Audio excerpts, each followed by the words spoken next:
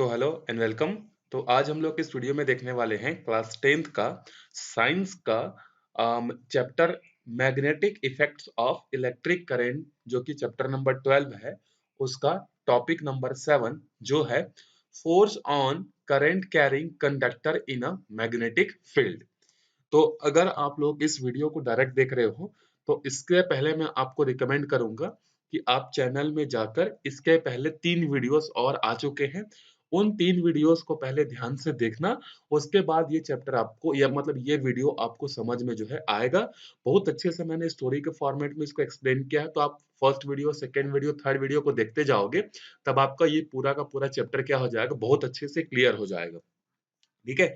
और जो बच्चे क्लास 11th में मैथ्स लेकर या फिजिक्स पढ़ना चाहते हैं, उनके लिए भी ये चैप्टर क्या है, बहुत ज्यादा इंपॉर्टेंट है। तो उन लोगों से मैं बोलूंगा कि आप लोग ध्यान से जो है इसको पढ़ना।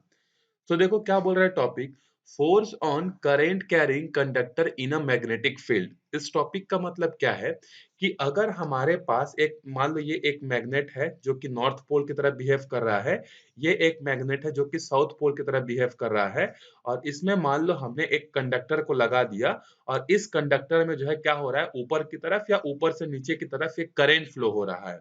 तो आप लोगों को पता होगा कि अगर दो मैग्नेट हैं, नॉर्थ पोल और साउथ पोल की तरह बिहेव कर रहे हैं, तो वहां पर होती है मैग्नेटिक फील्ड लाइंस होती हैं। तो ये मैग्नेटिक फील्ड लाइंस हैं, और मैग्नेटिक फील्ड लाइंस के अंदर में जो है क्या है, एक कंडक्टर रखा हुआ है, और इस कंडक्टर में करंट फ्लो हो रहा है।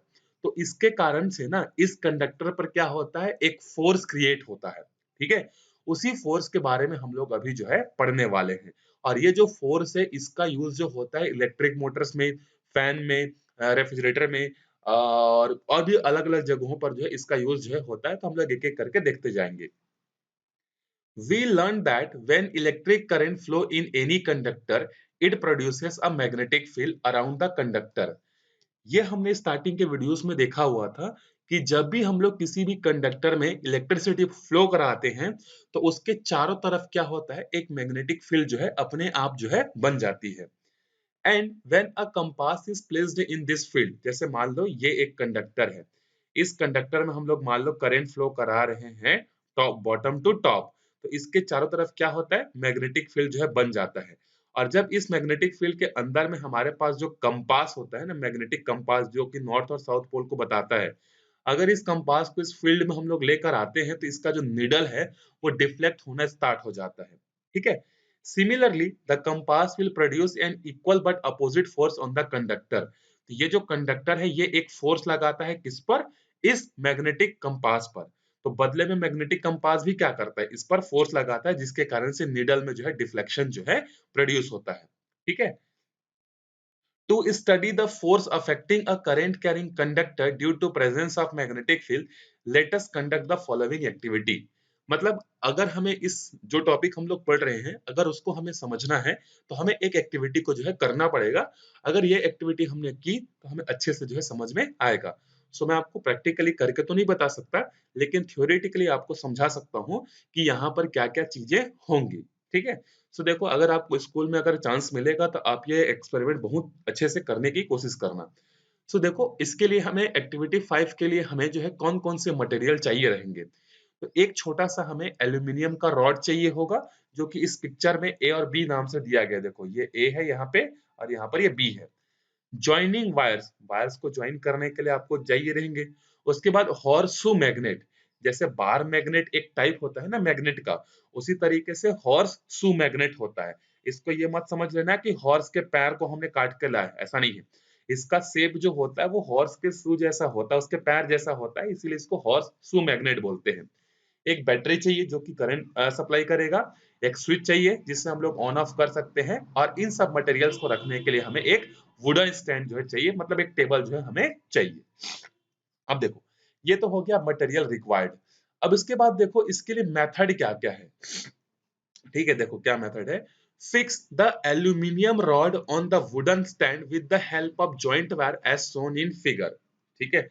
देखो हमें क्या करना है, इस वुडन ब्लॉक पे जो है क्या करना है, इस वायर को जो है हमें यहाँ पर रखना है, जो कि एल्यूमिनियम का बना हुआ है।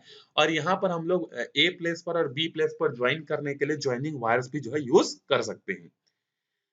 Place a strong horseshoe magnet in such a way that aluminum rod lies centrally and horizontally between the two poles of magnet. Rod को हमने रखा, अब हमें ये जो मैग्नेट है हॉर्सशू मैग्नेट, इसको इस तरीके से रखना है जिससे कि ये जो रॉड है ये एग्जैक्ट इसके बीच में आए और हॉरिजॉन्टली आए, ठीक है। The north pole of the magnet should be at the front of the rod, और जो नॉर्थ पोल रहेगा उसको हम लोग कहाँ रखेंगे, इस रॉड के फ्रंट में रखेंगे। ये आपको 2D डायग्राम है तो आपको इमेजिन नहीं हो पा रहा होगा, आप थोड़ा सा इमेजिन करो कि एक रॉड है और उस रॉड के फ्रंट साइड पे क्या रखा हुआ है, नॉर्थ पोल है, और उसके बैक साइड में क्या लगा हुआ है, साउथ पोल है।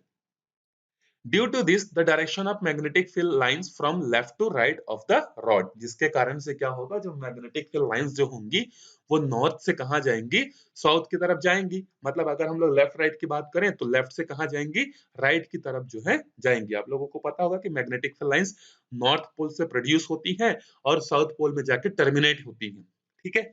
तो ये रहा आपका पूरा का पूरा अरेंजमेंट, यहाँ बैटरी लगा रहेगा, यहाँ स्विच लगा रहेगा, और अगर बैटरी से करंट सप्लाई करनी है तो ये हमें कंडक्टिंग वायर जो है उस एल्यूमिनियम के रॉड के साथ और भी अटैच जो है करना पड़ेगा। तो ये हो गया हमारा स्कीमेटिक डायग्राम।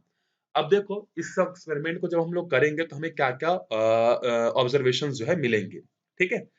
देखो पहले बोल रहा है कि now switch on the current in the aluminium rod from B to A. मतलब अभी जो हमें करंट को पहले लगाना है वो बी से ए की तरफ लगाना है। मतलब देखो ये जो प्लस वाला है वो बी की तरफ है, ठीक है। तो पहले जो हम लोग करंट जो प्रोड्यूस कराएंगे वो बी से ए की तरफ कराएंगे। What do you observe when the current flow. अब आपको ऑब्जर्व करना है कि जब आप करंट फ्लो कराओगे तो आपको क्या मिलेगा। We observe that the rod turns left. तो जो रॉड है ना वो कहाँ होगा, लेफ्ट की तरफ जो है टर्न होगा, ठीक।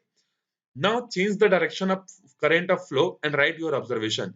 जैसे आपने पहले करंट को बी से ए की तरफ फ्लो करवाया था, अब बैटरी के डायरेक्शन को चेंज करके ए से बी की तरफ करना है। तो जो रॉड है जो पहले लेफ्ट की तरफ मूव हो रहा था अब वो राइट की तरफ मूव होगा।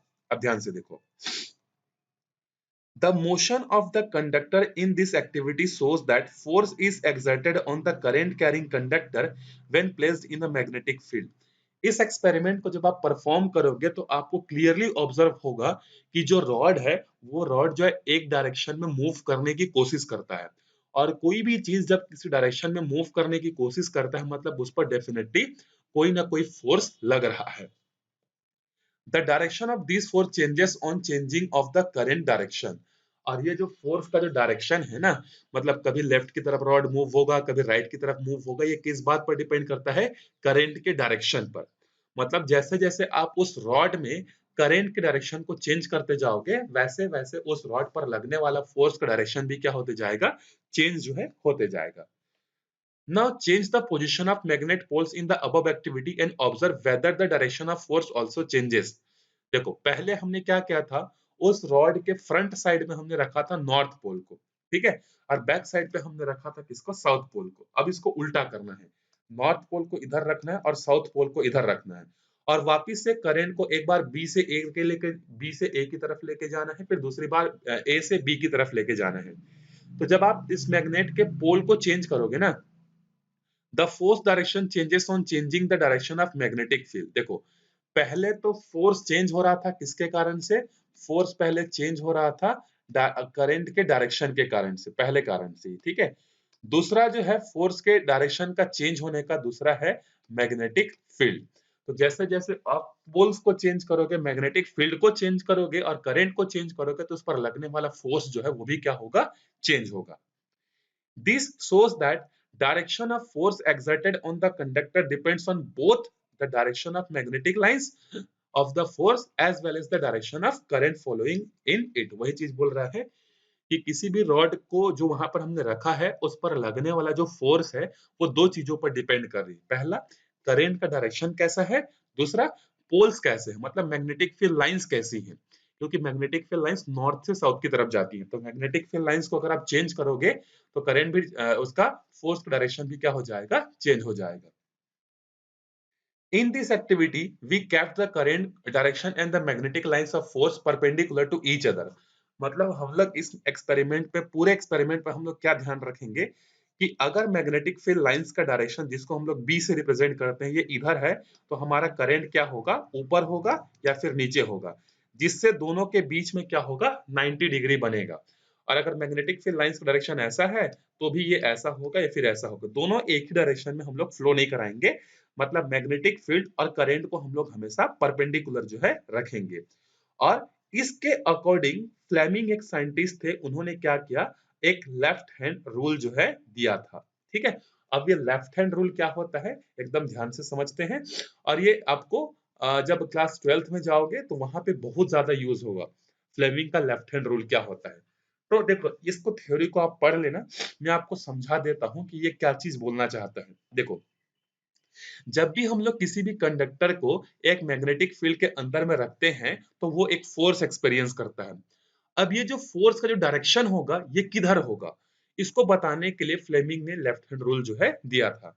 सो अब अपने आप क्या करो, अपने जो लेफ्ट हैंड है उसका जो थंब है, फर्स्ट फिंगर है और मिडिल फिंगर है, इन तीनों को इस तरीके से स्ट्रेच करो कि ये तीनों क्या हो, एक दूसरे के परपेंडिकुलर हो, जैसा कि इस फिगर में शो किया गया है। देखो ये थंब है, इसके परपेंडिकुलर में क्या है, हमारा फर्स्ट फिंगर है, और इसके परपेंडिकुलर में हमारा क्या है, मिडिल फिंगर है।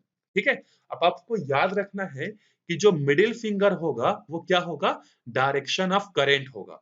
मतलब अगर आपके पास देखो ये अगर एक रॉड है, ठीक है, ये अगर रॉड है और इस रॉड में अगर आप करंट को नीचे से ऊपर की तरफ कर रहे हो तो इस मिडिल फिंगर को आपको ऐसा दिखाना पड़ेगा, ऊपर की तरफ मिडिल फिंगर जो है रहेगा। और अगर करंट का डायरेक्शन ऊपर से नीचे है तो आपका मिडिल फिंगर भी क्या होगा, ऊपर से नीचे की तरफ जो है रहेगा। ठीक है, अब इसके बाद देखो, ये तो हो गया मिडिल फिंगर को किधर रखेंगे। अब जो हमारा फर्स्ट फिंगर है ना, फर्स्ट फिंगर का डायरेक्शन हमारा कैसा होगा, फर्स्ट फिंगर जो है वो रिप्रेजेंट करेगा मैग्नेटिक फील्ड के डायरेक्शन को। तो मैग्नेटिक फील्ड जिधर भी रहेगा आप अपने फर्स्ट फिंगर को उस तरीके से एडजस्ट करोगे और मिडिल फिंगर को भी उस तरीके से एडजस्ट करोगे। इन दोनों फिंगर्स को एडजस्ट करने के बाद थंब का जो भी डायरेक्शन होगा, अगर थंब नीचे की तरफ है या थंब ऊपर की तरफ है, तो थंब जिधर भी जाएगा उधर आपका क्या होगा, फोर्स जो है उस कंडक्टर पर जो है लगेगा। तो मान लेते हैं, एक जस्ट एग्जांपल के लिए मैं आपको बताता हूं, मेरे साथ आप करते जाना। ये हमारा मान लो मैग्नेटिक फील्ड का डायरेक्शन है और ये जो है हमारा ऊपर की तरफ जो है इलेक्ट्रिक करंट है। तो अब आप क्या करो, अपना जो फर्स्ट फिंगर है उसको क्या करोगे, लेफ्ट क्या बोलते हैं, लेफ्ट टू राइट करोगे। और अब क्या करो, अपने जो मिडिल फिंगर है उसको ऊपर की तरफ करो। ठीक है, तो अब आप देखोगे कि आपका जो थंब है ना वो कहाँ जा रहा होगा, अंदर की तरफ जा रहा होगा। मतलब इधर हमारा इधर हमारा फर्स्ट फिंगर है, ऊपर की तरफ हमारा क्या है, ऊपर की तरफ जो है हमारा क्या बोलते हैं, ऊपर की तरफ जो है हमारा डायरेक्शन ऑफ करंट है। तो हमारा जो थंब है वो बोर्ड के अंदर की तरफ जा रही है। ठीक है, और अगर इसका उल्टा करेंगे, मतलब इसको इधर करेंगे और करंट को नीचे कर देते हैं, ठीक है, तो हमारा जो थंब है वो किधर आ रहा होगा, आपकी तरफ आ रहा होगा। ठीक है, तो ये चीज आपको इस तरीके से याद रखनी है। ठीक है, इसको डिटेल में और भी आप पढ़ोगे आगे की क्लासेस में, तो इसको आपको याद रखना है।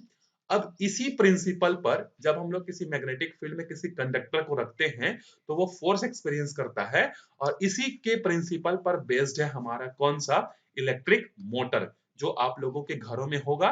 जैसे आप लोग फैन जो होता है वो भी एक इलेक्ट्रिक मोटर है, आपका कूलर भी क्या है, एक इलेक्ट्रिक मोटर है। जो पंप जो होता है जिससे आप पानी क्या करते हो, एक जगह से दूसरे जगह शिफ्ट करते हो, वो भी क्या होता है, हमारा इलेक्ट्रिक मोटर जो है होता है।